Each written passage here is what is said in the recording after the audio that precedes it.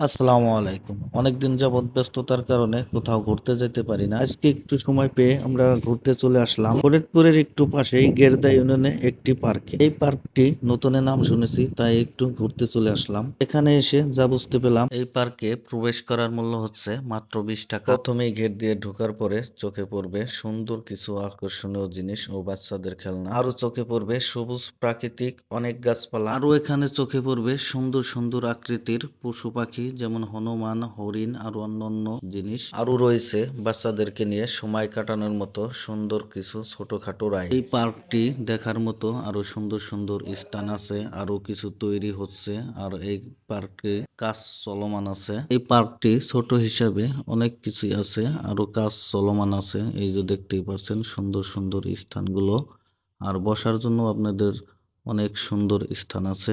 আর যদি নৌকায় ঘুরতে চান তাহলে বড় পুকুর আছে এবং কি সুন্দর নৌকা আছে। চলে আসতে পারেন আপনারাও সময় পেলে এখানে ঘুরতে। আশা করি মোটামুটি ভালোই লাগবে। আজকের ভিডিও এই পর্যন্তই। সবাই ভালো থাকবেন, সুস্থ থাকবেন। ভালো লাগলে একটি লাইক, কমেন্ট, শেয়ার করে দিবেন ইনশাল্লাহ।